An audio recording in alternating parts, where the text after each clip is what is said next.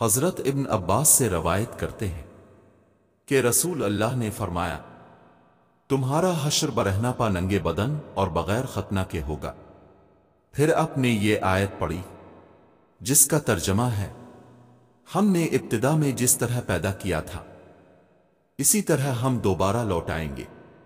یہ ہمارا وعدہ ہمارے ذمہ ہے اور ہم اسے ضرور پورا کریں گے۔ اور قیامت کے دن سب سے پہلے حضرت ابراہیم علیہ السلام کو کپڑے پہنائے جائیں گے، اور اس روز میرے چند اصحاب کو بائیں جانب لے جایا جا رہا ہوگا، تو میں کہوں گا یہ تو میرے اصحاب ہیں، تو اللہ تعالیٰ فرمائے گا آپ کی جدائی کے بعد یہ لوگ اپنے پچھلے دین کی طرف لوٹ گئے، سو میں اس وقت ایسا کہوں گا جیسے اللہ کے نیک بندے عیسیٰ علیہ السلام نے کہا تھا، اور میں ان پر گواہ رہا جب تک ان میں رہا،